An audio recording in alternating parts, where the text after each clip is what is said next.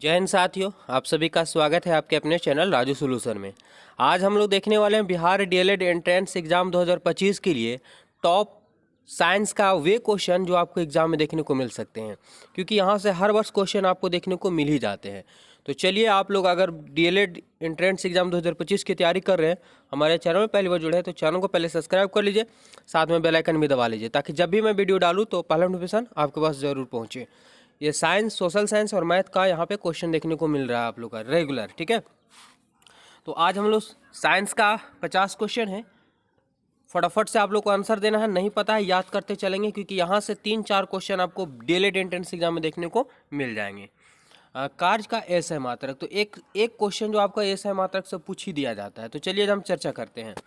कार्य का एसआई मात्रक क्या होता है, सबको पता होगा। कार्य का एसआई मात्रक जूल होता है। अगर ऑप्शन ए आप लोग बताएं बिल्कुल सही, ठीक है। सभी का चर्चा करेंगे। आगे बढ़ते हैं। क्वेश्चन नंबर 2 है, क्या दिया हुआ है कि प्रकाश वर्ष किसकी इकाई है। प्रकाश वर्ष किसकी इकाई है। इकाई मतलब किसका एसआई मात्रक है प्रकाश वर्ष। तो प्रकाश वर्ष जो होता है इकाई दूरी का। प्रकाश द्वारा एक वर्ष में तय की गई दूरी को ही प्रकाश वर्ष कहा जाता है। प्रकाश वर्ष की इकाई जो होती है दूरी होती है। चलिए, क्वेश्चन नंबर 3 हमारे पास दिया हुआ है सवाल कि बल की ऐसा यूनिट। देखिए यहाँ पे यूनिट बोले आपसे या इकाई बोले या मात्रक बोले, बात वही होती है, ठीक है। तो बल का ऐसा मात्रक क्या होता है, तो बिल्कुल सबको पता होगा कि बल का ऐसा मात्रक न्यूटन होता है। देखिए, केल्विन जो होता है, ताप का ऐसा मात्रक केल्विन होता है। दाब का ऐसा मात्रक पास्कल होता है। बोल्ट पढ़े होंगे आप लोग। वोल्ट जो होता है, विभवांतर का ऐसा मात्रक वोल्ट होता है। चलिए, क्वेश्चन नंबर है हमारे पास 4 नंबर। क्या दिया हुआ है कि एक खगोलीय इकाई संबंधित है। खगोलीय इकाई संबंधित है। क्या सूर्य और पृथ्वी की दूरी से या चंद्रमा पृथ्वी की दूरी से, सूर्य और चंद्रमा पृथ्वी की दूरी से क्या होगा, तो खगोलीय इकाई जो संबंधित होती है वो सूर्य और पृथ्वी के बीच की दूरी से संबंधित होती है। Option A correct answer. बने रहेंगे वीडियो में, और चैनल को पहली बार जुड़े हैं तो चैनल को पहले सब्सक्राइब जरूर कर लीजिए। अगला, पार्सेक इकाई है, मतलब पार्सेक जो है इकाई है, किसका इकाई है। दूरी की, समय की, प्रकाश की, चमक की या चुंबकीय बल की। तो याद रखेंगे पार्सेक जो इकाई है वो किसका है, दूरी की इकाई है पार्सेक। काफ़ी लंबी दूरी को इसे मापा जाता है पार्सेक में। अगला सवाल है हमारे पास, है ना, ल्यूमेन किसका मात्रक है। ल्यूमेन मात्रक है किसका, ज्योति तीव्रता का, ज्योति फ्लक्स का उपयोग, दोनों इनमें से कोई नहीं। और यहीं पे विद्यार्थी कन्फ्यूजन होते हैं, लेकिन आज हम कन्फ्यूजन आप लोग को दूर कर देंगे। देखेंगे ज्योति तीव्रता का ज्योति फ्लक्स जो होता है उसका ऐसा मात्रक होता है ल्यूमेन। ज्योति फ्लक्स का ऐसा मात्रक ल्यूमेन, और ज्योति तीव्रता जो है वो कैंडेला होता है। याद रखेंगे ज्योति तीव्रता का ऐसा मात्रक क्या होता है, कैंडेला होता है। चलिए आगे बढ़ते हैं। अगला सवाल हमारे पास क्या है, पास्कल इकाई है, और ये भी हम जस्ट क्लियर कर दिए थे। पास्कल इकाई किसका है, तो दाब का ऐसा मात्रक पास्कल होता है। बिल्कुल पढ़े होंगे। तो पास्कल किसका इकाई है, दाब का। ऑप्शन बी यहाँ पे करेक्ट आंसर। क्वेश्चन नंबर 8 हमारे पास कि कैंडेला मात्रक है, और देखिए इसके बारे में भी जस्ट हम चर्चा किए थे। कैंडेला मात्रक है किसका, तो ज्योति फ्लक्स का नहीं होगा, किसका होगा, ज्योति तीव्रता। ज्योति तीव्रता यहाँ है, ऑप्शन डी है। ज्योति तीव्रता का ऐसा मात्रक क्या होता है, कैंडेला होता है। 8 का डी करेक्ट आंसर हो जाएंगे। आगे हमारे पास है अगला क्वेश्चन, देखेंगे क्या दिया हुआ कि ऊर्जा की ऐसा इकाई, यानी ऊर्जा का ऐसा मात्रक क्या होता है। ऊर्जा का ऐसा मात्रक क्या होता है, तो ऊर्जा का ऐसा मात्रक जूल होता है। याद रखेंगे क्या होता है, जूल। बल का ऐसा मात्रक न्यूटन हो जाता है। यह आवृत्ति का ऐसा मात्रक हर्ट्ज होता है। दाब का ऐसा मात्रक पास्कल होता है। ठीक है, अगला क्वेश्चन हमारे पास 10 नंबर क्वेश्चन है। क्या दिया हुआ है कि विद्युत मात्रा की इकाई है। विद्युत मात्रा बोले या विद्युत धारा की इकाई क्या होती है। एम्पियर होता है, ओम होता है, वोल्ट होता है या कुलॉम होता है। ठीक है, यहाँ से 10-12 क्वेश्चन जो ऐसे मात्रक से लिए हैं, पक्का एक क्वेश्चन देखने को मिल जाएगा। तो विद्युत धारा बोले या विद्युत मात्रा की इकाई अगर पूछा जाए तो एम्पियर होता है। ये ओम जो होता है वो प्रतिरोध का होता है। वोल्ट विभवांतर का ऐसा मात्रक वोल्ट होता है। आवेश का ऐसा मात्रक कुलॉम होता है। सभी के सभी इंपॉर्टेंट है और कई वर्षों का अनुभव भी है। हमारे चैनल से बस जुड़े। अगला सवाल है कि ऐसी पद्धति में लेंस की शक्ति का इकाई क्या है। लेंस की शक्ति का इकाई यानी लेंस की शक्ति का ऐसा मात्रक क्या है, ये पूछा गया है। ठीक है, लेंस की शक्ति का ऐसा मात्रक क्या है, तो याद रखेंगे डायोप्टर होता है। लेंस की शक्ति का ऐसा मात्रक डायोप्टर होता है। Option B correct answer.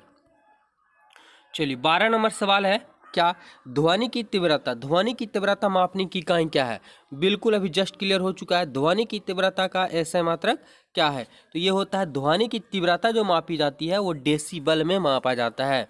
याद रखेंगे, डेसिबल में। ज्योति तीव्रता का कैंडेला होता है, विद्युत धारा का एम्पियर होता है। आगे बढ़ते हैं, अगला क्वेश्चन है हमारे पास, देखेंगे कितना, 13 नंबर सवाल। निम्नलिखित में से तापमान का एसआई इकाई क्या है? तापमान का एसआई मात्रक पूछा है। क्या रियोमल स्केल है, केल्विन है, एम्पियर है, कैंडेला है? तो देखेंगे कैंडेला तो होगा नहीं, एम्पियर अभी जस्ट हम लोग पढ़ के जा चुके हैं। क्या होगा? तो यहाँ पे दो ऑप्शन बचे हुए हैं। ऑप्शन की बात करें अगर केल्विन, तो ताप का ऐसा मात्रक केल्विन होता है। यहाँ पे तापमान है, कोई बात नहीं, वही है ताप का, तापमान बोले या ताप बोले वही बात होती है। Option B correct answer. चलिए अगला सवाल है हमारे पास, 14 नंबर सवाल। अदिश राशि है, ऊर्जा है, बल अघूर्ण है, संवेग है, उपयुक्त में से सभी है। देखिए बहुत से आप रट्टा मार लेंगे, लेकिन रट्टा मारने से काम चलने वाला नहीं है। पहले थोड़ा सा समझिएगा क्या होता है। दो प्रकार की राशि होती है, सदिश होती है और अदिश होती है। सदिश राशि वैसे राशि होती है जिसकी परिमाण और दिशा दोनों होती है, वो सदिश राशि कहलाता है। अदिश राशि जिसका केवल परिमाण और दिशा नहीं होता, अदिश राशि कहलाता है। अब जैसे अगर हम बात कर लेते हैं संवेग का, आप लोग पढ़े होंगे पी और एम भी, ठीक है, पी और एम भी पढ़े होंगे।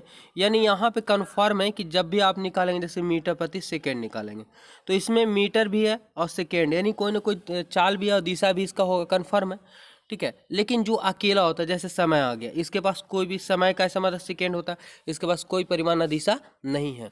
तो यहाँ पे उसी प्रकार से अगर पूछा जाए तो ऊर्जा का ऐसा मात्रक जो होता, ऊर्जा जो है वो एक ही मात्रक होता है। इसके साथ इसका परिमाण तो है लेकिन इसका कोई दिशा नहीं होता, इसलिए क्या है, यह अदिश राशि है। ऐसे सवाल को एकदम याद कर लीजिएगा, समझ जाइएगा, ठीक है। जैसे अगर दे दिया कि 10 किलोमीटर प्रति सेकेंड, अब ये सदिश है कि अदिश है, तो समझ जाना कि ये सदिश राशि है, क्योंकि परिमाण के साथ साथ इसका दिशा भी मौजूद है। अगला सवाल क्या है देखेंगे, निम्नलिखित में से कौन सी एक सदिश राशि है? अभी हम जिसके बारे में चर्चा कर रहे थे फिर से आ गया, अब क्या आ गया, सदिश आ गया। तो संवेग है, यहाँ पे दाब है, ऊर्जा है, कार्य है। क्या होगा राइट आंसर 15 का? तो देखेंगे दाब का, इस दाब जो होता है, दाब का, दाब है जो प्रेशर है, इसका कोई दिशा नहीं होता है, क्योंकि दाब का ऐसा मात्रक पास्कल होता है, अकेला है। ऊर्जा का ऐसा मात्रक जूल होता है, अकेला है।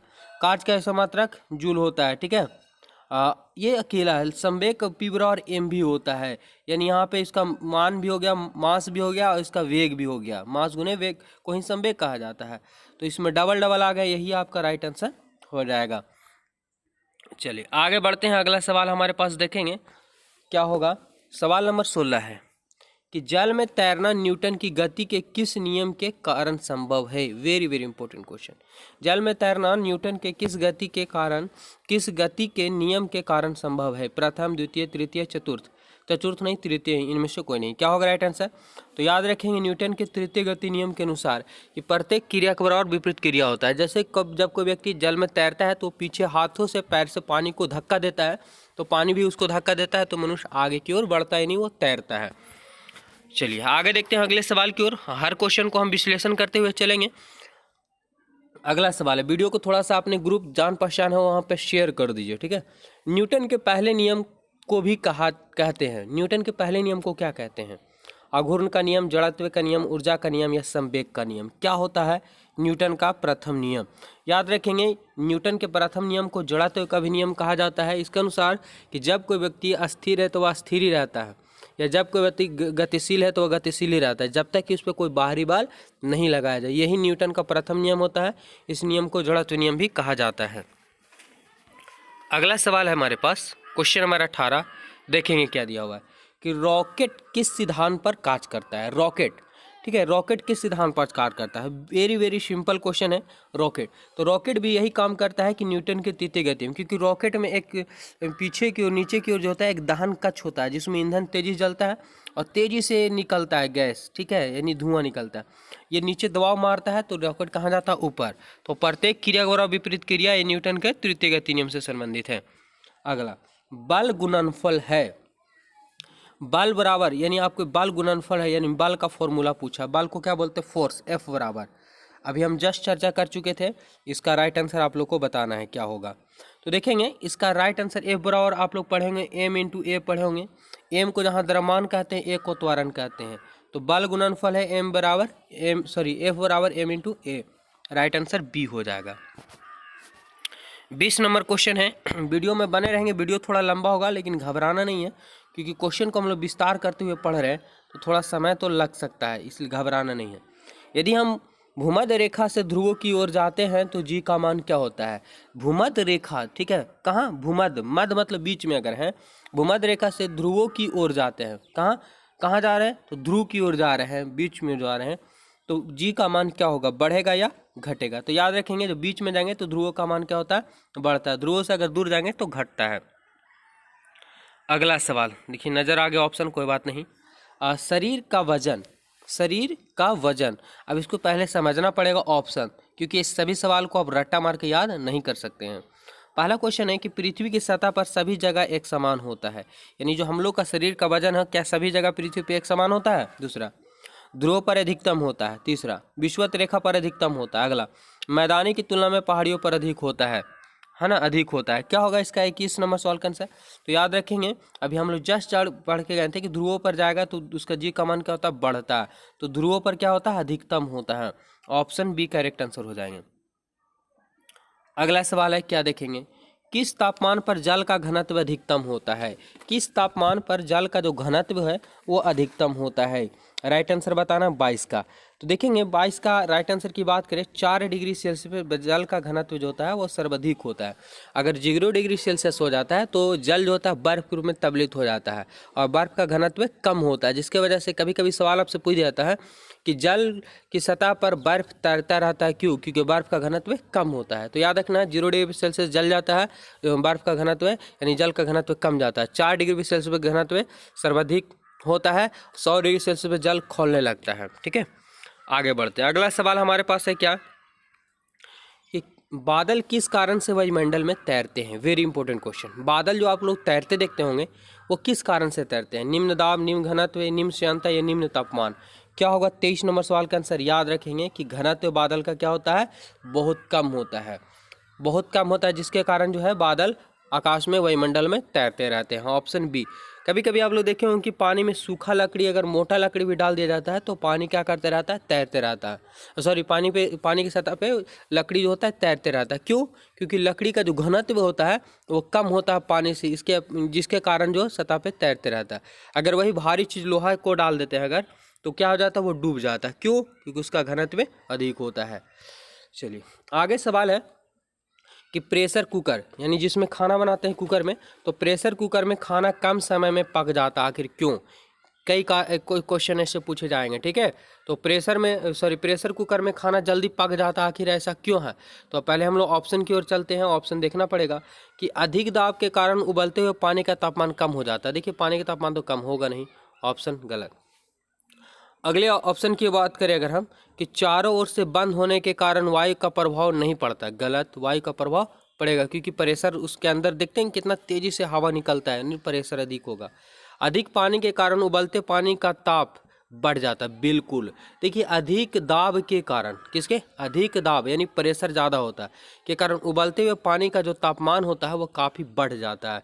इसका राइट आंसर सी हो जाएगा। तो सवाल को रट्टा नहीं मारना, बस समझना है। ठीक है, बने रहे मेरे साथ।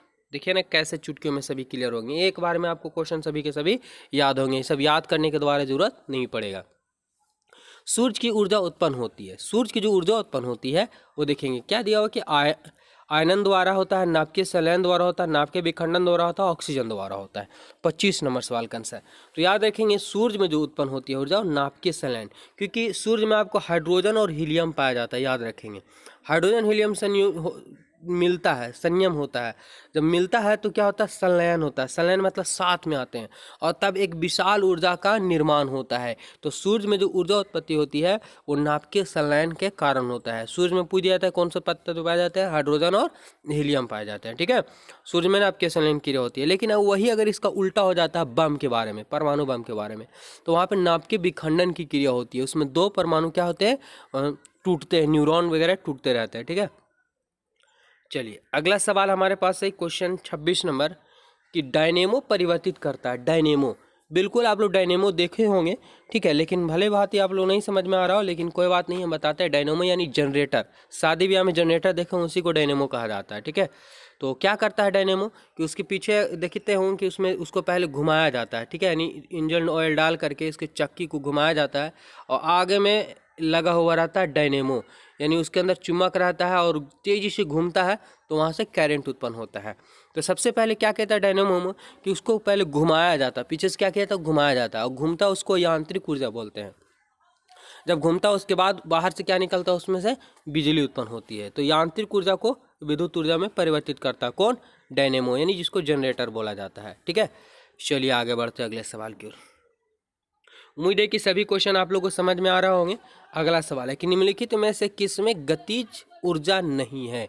देखिए यहाँ पे दिया हुआ कि गतिज ऊर्जा नहीं है, अब किस में नहीं है, चलती हुई गोली, चलता हथौड़ा, बहता हुआ पानी या खींचा हुआ धनुष, क्या होगा 27 नंबर सवाल का आंसर। तो देखेंगे जो भी गति में होगा, जो भी गति में होगा तो गतिज ऊर्जा उसमें होती है, लेकिन अगर अस्थाई है, रुका हुआ है, तो वह क्या हो जाएगा, स्थितिज ऊर्जा होगा। जैसे अगर तालाब में पानी रुका हुआ है, तालाब में, तो तालाब का पानी किस रूप में है, स्थितिज ऊर्जा के रूप में है। लेकिन वही अगर नदी का पानी, नदी में पानी बह रहा है तो गतिज ऊर्जा में हो जाएगा, ठीक है। तो चलती हुई गोली, अगर ये गोली चलेगा तो इसमें तो गतिज ऊर्जा होगा, लेकिन हमसे पूछा कि नहीं है, ठीक है। चलता हथौड़ा, अगर ये चल रहा है तो ये भी क्या होगा, ये भी गतिज ऊर्जा में ही होगा। अगर बहता हुआ पानी, पानी बहेगा तो इसमें भी गतिज ऊर्जा होगा। लेकिन खींचा हुआ धनुष, देखिए खींच रहे हैं तब तो गति की अवस्था में आएगा, लेकिन खींचा हुआ, अगर खींच दिया तो फिक्स हो गया, तो क्या हो जाएगा, स्थिति ऊर्जा के रूप में, छोड़ेगा तब जाके वो गतिज ऊर्जा में जाएगा। तो ऑप्शन क्या होगा यहाँ पे, डी करेक्ट आंसर हो जाएगा। अगला सवाल हमारे पास क्या है, देखेंगे। वॉशिंग मशीन जो कपड़ा साफ करने वाला मशीन होता है, ठीक है, का कार्य सिद्धांत है, वो किस सिद्धांत पर कार्य करता है, आखिर कैसे कपड़ा को धो देता है, ध्यान समझेंगे। अपकेंद्रीकरण के कारण, अपवहन कारण, या अपकेंद्रण के कारण, या विसरण के कारण, किस क्रिया के द्वारा, किस सिद्धांत के अनुसार वह कार्य करता है, याद रखेंगे। वो कार्य करता है अपकेंद्रण के कारण, किसके, अपकेंद्रण के कारण कार्य करता है, ठीक है। ऑप्शन की बात करें, सी यहाँ पे करेक्ट आंसर हो जाएगा। तो बहुत सी क्रियाएं इस पे चलती है। जैसे आप अगर आप कहीं मोड़ पे अगर आप साइकिल से टर्निंग लेते हैं तो आप क्या कर जाते हैं, झुक जाते हैं केंद्र की ओर, ठीक है, क्योंकि वहाँ अभिकेंद्र बल मिल पाता है, जिसकी वजह से आप झुक भी जाते हैं तो गिर नहीं पाते हैं। या साथ ही साथ मौत कुआं का आप लोग नाम सुने होंगे। मौत को हम देखते हैं कि कैसे ऊपर ऊपर चल लेता है, अगर वही स्पीड कम रहेगा, अभिकेंद्र बल नहीं मिलेगा तो व्यक्ति नीचे गिर जाएगा, लेकिन स्पीड ज़्यादा रहेगा तो नहीं गिर पाएगा, क्योंकि अभिकेंद्र बल उसको मिल पाता है। चलिए आगे बढ़ते हैं अगला सवाल की ओर कि लैंप की बत्ती में तेल किसके कारण ऊपर चढ़ जाता है। बिल्कुल लैंप, आप लोग देखे होंगे, लैंप ये बोल सकते हैं, लालटेन बोल सकते हैं, डिबरी भी पहले गांव देहात में नाम उसको जाना जाता था। तो लैंप में बत्ती के माध्यम से तेल ऊपर चढ़ जाता है, इसका मूल कारण क्या है। क्या दाब का अंतर होना चाहिए, या केशिकीय घटना होती है, या तेल का कम श्यानता होती है, तेल में कार्बोक्सिलिक समूह होते हैं। 29 नंबर सवाल का आंसर क्या होगा। तो इसका राइट आंसर की बात करिए, केशिकीय घटना होती है। क्या होती है, केशिकीय घटना होती है, जिसके कारण तेल की बत्ती में तेल ऊपर चढ़ जाता है, ठीक है। अब पेड़ पौधे में देखते होंगे, पेड़ पौधे में कोई भी आपको नज़र नहीं आएगा, लेकिन नीचे जड़ से पानी कहाँ पहुँच जाता, ऊपर पहुँच जाता है, ये जाइलम के द्वारा होता है। तो इस प्रकार इसमें भी आप देखेंगे कि थोड़ा सा कपड़ा, अगर सूती कपड़ा आपको, उस पर थोड़ा सा कहीं भी पानी गिरता है तो पानी चारों तरफ क्या हो जाती है, फैल जाती है, किसकी घटना। अगला सवाल हमारे पास है, अंतरिक्ष यात्री अंतरिक्ष में सीधे खड़े नहीं रह सकते हैं, क्यों। अगर अंतरिक्ष यात्री अंतरिक्ष में जाता है तो व्यक्ति वो सीधा खड़ा नहीं हो पाता, आखिर क्यों। और यहाँ से सवाल पूछ जाता है कि अंतरिक्ष यात्री अगर अंतरिक्ष से नीचे दिखता है धरती को तो उसको कैसा प्रतीत होता है, ठीक है, क्या अंतरिक्ष में वायुमंडल है कि नहीं। चलिए विभिन्न बिंदु पर हम चर्चा करेंगे, बस आप लोग वीडियो में बने रहेंगे। तो ध्यान देंगे कि अंतरिक्ष यात्री पे गुरुत्व बल वहाँ पे नहीं है, क्या है, गुरुत्व बल नहीं है। क्या वायुमंडलीय श्यानता बल बहुत अधिक होता है, सौर वायु ऊपर की ओर बल लगाती है, ये वायुमंडलीय दाब बहुत कम हो जाता है। राइट आंसर हो जाएगा कि गुरुत्व नहीं है, ठीक है, गुरुत्व बल वहाँ पे नहीं है। आपको पता होगा कि अगर यहाँ आप 60 kg का है तो वायुमंडल पर क्या हो जाएगा, अब 10 1/6 होता है, ठीक है। तो 60 × 1/6 करेंगे तो वहाँ पे 10 kg का अब 10 kg का नहीं बन जाएंगे, लेकिन एक महसूस होगा आपको, भार वहाँ पे कम प्रतीत होते हैं, क्यों, क्योंकि वहाँ गुरुत्व बल नहीं मिल पाता है। चलिए अगले सवाल की ओर बढ़ते हैं। अगला सवाल हमारे पास है, श्यानता की इकाई है। श्यानता की इकाई क्या क्या, पॉइज है, पास्कल है, पॉइज जूली है, इनमें से कोई नहीं। क्या होगा राइट आंसर, याद रखेंगे श्यानता का ऐसे मात्रक जो होता है वो पॉइज होता है। ऑप्शन ए करेक्ट आंसर हो जाएंगे। अगला सवाल हमारे पास है कि उत्प्लवकता से संबंधित वैज्ञानिक है, यानी उत्प्लवकता का जो सिद्धांत दिया है वो किस वैज्ञानिक ने दिया है? क्या आर्किमिडीज है, लुई पाश्चर है, न्यूटन है, इनमें से सभी? फटाक से बताइए। तो देखिए इसके राइट आंसर की हम बात करें तो आर्किमिडीज इसका राइट आंसर हो जाएगा, उत्प्लवकता का सिद्धांत। अगला सवाल हमारे पास 33 नंबर सवाल क्या बोला है कि पानी में लोहे की सुई डूब जाती है, पानी में लोहे की सुई डूब जाती है लेकिन जहाज तैरता रहता है, यह किस सिद्धांत पर आधारित है? क्या पास्कल का सिद्धांत है, आर्किमिडीज का सिद्धांत है, केपलर का सिद्धांत है, या गुरुत्व का सिद्धांत है? 33 नंबर याद रखेंगे। तो अभी जस्ट हम लोग पढ़ के जानते हैं कि ये आर्किमिडीज का सिद्धांत है, जिसके कारण जो है जहाज तैरता रहता है, क्योंकि जहाज में आप देखे होंगे उसका क्षेत्रफल बढ़ा दिया जाता है। ठीक है, चलिए आगे बढ़ते हैं। अगला सवाल हमारे पास क्या है कि गुरुत्वाकर्षण के सार्वभौमिक नियम का प्रतिपादन किसने किया था? गुरुत्वाकर्षण के सार्वभौमिक नियम का प्रतिपादन किसने किया था? न्यूटन है, गैलीलियो है, कोपरनिकस है, या आइंस्टीन है? क्या होगा 34 का? याद रखेंगे गुरुत्वाकर्षण के सार्वभौमिक नियम का प्रतिपादन जो किया है वो न्यूटन महोदय के द्वारा किया गया है। ऑप्शन ए यहाँ पे करेक्ट आंसर हो जाएगा। अगला सवाल 35 नंबर क्या बोला है कि जब दूध को प्रबल ढंग से मथा जाता है, ठीक है, जब दूध को प्रबल ढंग से मथा जाता है तो उसमें से क्रीम किस कारण से अलग हो जाती है? क्या अपकेंद्रीय बल के कारण होता है, अभिकेंद्रीय बल के कारण होता है, गुरुत्व बल कारण होता है, या घर्षण बल के कारण होता है? 35 नंबर। तो अभी इसके पहले भी हम एक क्वेश्चन चर्चा कर चुके थे कि वॉशिंग मशीन किस सिद्धांत पे कार्य करता है। वही कंडीशन सेम होता है कि जब एक बर्तन में दूध को मथा जाता है, ठीक है, तेजी से घुमाया जाता है, तो उसमें से जो क्रीम होते हैं वो अलग हो जाते हैं। ये घटना अपकेंद्रीय बल के कारण ही होता है। Option A right answer. चलिए आगे देखते हैं। अगला सवाल क्या बोला है कि कपूर के छोटे छोटे टुकड़े जल की सतह पर तैरते रहते हैं, क्यों? तो इसका पृष्ठ तनाव के कारण है, शांता कारण है, कपूर का यह गुण है, या जल का घनत्व के कारण? 36 नंबर इसका राइट आंसर बात करें हम कि पृष्ठ तनाव के कारण ही होता है। पृष्ठ तनाव के कारण ऐसा होता है, कपूर का टुकड़ा पानी की सतह पर तैरते रहता है। Option A. चलिए 37 नंबर सवाल क्या है, दिया हुआ है कि किसी वस्तु का प्रतिबिंब मनुष्य की आंख में कहाँ बनता है? किसी वस्तु का प्रतिबिंब मनुष्य की आंख में जो बनता है, पता है सबको कि आंख में बनता है, लेकिन आंख में भी कई पॉइंट होते हैं, तो किस स्थान पे बनता है? क्या कॉर्निया पे, आइरिस पे, प्यूपिल पे, या रेटिना पे? राइट आंसर रेटिना पे बनता है। ठीक है, रेटिना पर किसी वस्तु का प्रतिबिंब बनता है। कैसा बनता है? तो हम अभी कभी कभी क्वेश्चन देता है कि मनुष्य की आंखों में कौन सा लेंस पाया जाता है। याद रखेंगे मनुष्य की आंखों पे जो पाया जाता है लेंस, वो उत्तल लेंस पाया जाता है। अगला सवाल है कि इंद्रधनुष किस कारण से बनता है? वायुमंडल में आप देखे होंगे कि जब भी वर्षा होती है तो सूर्य के विपरीत दिशा में, ठीक है, 7 रंगों का एक रंगीन पट्टी दिखलाई देता है जो इंद्रधनुष कहलाता है। ये वर्षा वाले दिनों में ही आपको दिखलाई देंगे। आखिर ये बनता किस कारण से है, क्या कारण है? ऑप्शन एक में है अपवर्तन और परिक्षेपण कारण है, परिकीर्णन और अपवर्तन कारण है, विवर्तन और अपवर्तन कारण है, या अपवर्तन और परिवर्तन के कारण है। 38 याद रखेंगे। तो वायुमंडल में जो इंद्रधनुष जो बनता है और अपवर्तन और परिवर्तन के कारण ही होते हैं। अब यहाँ पे विशेष डिजिटल बोर्ड है नहीं, हम विशेष रूप से आप लोगों को सब कुछ चर्चा कर भी देते कैसे होता है। फिर भी अगला क्वेश्चन, इंद्रधनुष में किस रंग का विक्षेपण अधिक होता है? यहाँ पे विक्षेपण मतलब बटना, ठीक है, तो सबसे ज़्यादा कौन सा रंग इंद्रधनुष में बट जाता है? 39 नंबर सवाल का आंसर याद रखेंगे बैगनी रंग। ठीक है, तो बैगनी रंग क्यों? क्योंकि बैगनी रंग का जो तरंगदैर्घ्य होता है वो क्या होता है, कम होता है, जिसकी वजह से उसका विक्षेपण ज़्यादा होता है। लाल रंग का उल्टा होता है, लाल रंग का तरंगदैर्घ्य अधिक होता है और बैगनी लाल रंग का विक्षेपण होता है कम होता है। कभी कभी सवाल दे देता है कि सूर्योदय सूर्यास्त के समय सूर्य हमें लाल प्रतीत होता है, क्यों? तो कारण यही था कि लाल रंग का तरंगदैर्घ्य अधिक होता है। अगला सवाल है कि सूर्य द्वारा उत्सर्जित प्रकाश का रंग कैसा होता है? हाँ, सूर्य द्वारा उत्सर्जित प्रकाश का रंग कैसा होता है? सफ़ेद, लाल, पीला, नारंगी। कैसा होता है? बिल्कुल आप महसूस कर रहे होंगे सफ़ेद होता है, क्योंकि सूर्य के प्रकाश में मुख्य रूप से 7 रंग पाए जाते हैं। और इसका प्रयोगशाला जो है न्यूटन महोदय ने एक प्रिज्म को रखा, तो देखा कि जब सूर्य का प्रकाश प्रिज्म में पड़ता है तो 7 रंग की एक रंगीन पट्टी पड़ती है, प्राप्त होती है। और पुनः उस 7 रंग की पट्टी को जब फिर से एक प्रिज्म में गुजारा गया तो फिर से वह श्वेत प्रकाश प्राप्त हुआ। यानी इससे यह सिद्ध होता है कि सूर्य के प्रकाश में 7 रंग पाए जाते हैं। अगला सवाल क्या है देखेंगे हमारे पास कि प्रकाश का रंग निर्धारित होता है इसके, यानी किससे, आयाम से, तरंगदैर्घ्य से, तीव्रता से, वेग से, किससे संबंधित है ये? राइट आंसर की बात करें कि प्रकाश का जो रंग निर्धारित होता है वो उसके तरंगदैर्घ्य पे ही निर्धारित होता है। ऑप्शन बी करेक्ट आंसर हो जाएंगे। चलिए 42 नंबर सवाल क्या पूछा है कि जब प्रकाश किरण एक माध्यम से दूसरे माध्यम में जाती है तो इसकी क्या होती है? और ये क्वेश्चन आप लोग 10th क्लास में बिल्कुल पढ़ चुके होंगे।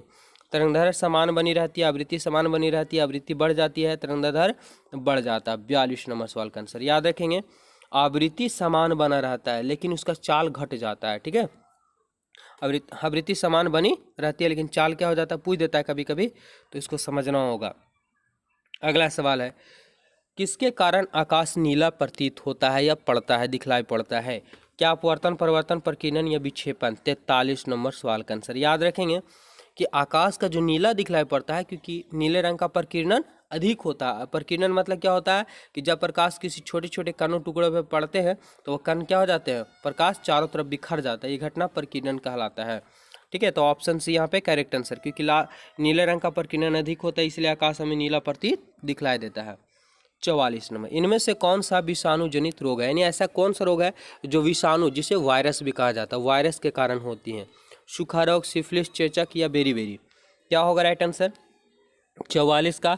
याद रखेंगे चेचक जो होता है वो क्या होता है, तो विषाणु यानी वायरस जनित रोग है। बेरीबेरी विटामिन बी की कमी से आप लोग पढ़े होंगे। सिफिलिस ये शरीर पे चकता चकता रहता है। सूखा रोग विटामिन सी की वगैरह कमी से होते हैं। चमड़ा अस्कर्वी नामक रोग होते हैं। चलिए आगे देखते हैं 45 नंबर, निम्नलिखित रोगों में से कौन सा एक अनुवांशिक विकार है? विकार यानी खराब, ठीक है, अनुवांशिक मतलब जो पीढ़ी दर पीढ़ी चलते आ रहा हो। क्या हीमोफीलिया या एनीमिया, रतौंधी, कैंसर? क्या होगा 45 का राइट आंसर? याद रखेंगे हीमोफीलिया नामक रोग जो है वो एक प्रकार की अनुवांशिक रोग है। हीमोफीलिया आखिर होता क्या है, तो हीमोफीलिया में व्यक्ति का शरीर किसी कारण से कट छट जाने के कारण रक्त का बहाव चलता रहता है और रक्त का थक्का नहीं बन पाता। ऐसे स्थिति में अधिकतर व्यक्तियों की मौत भी हो जाती है हीमोफीलिया वाले रोग को लिए।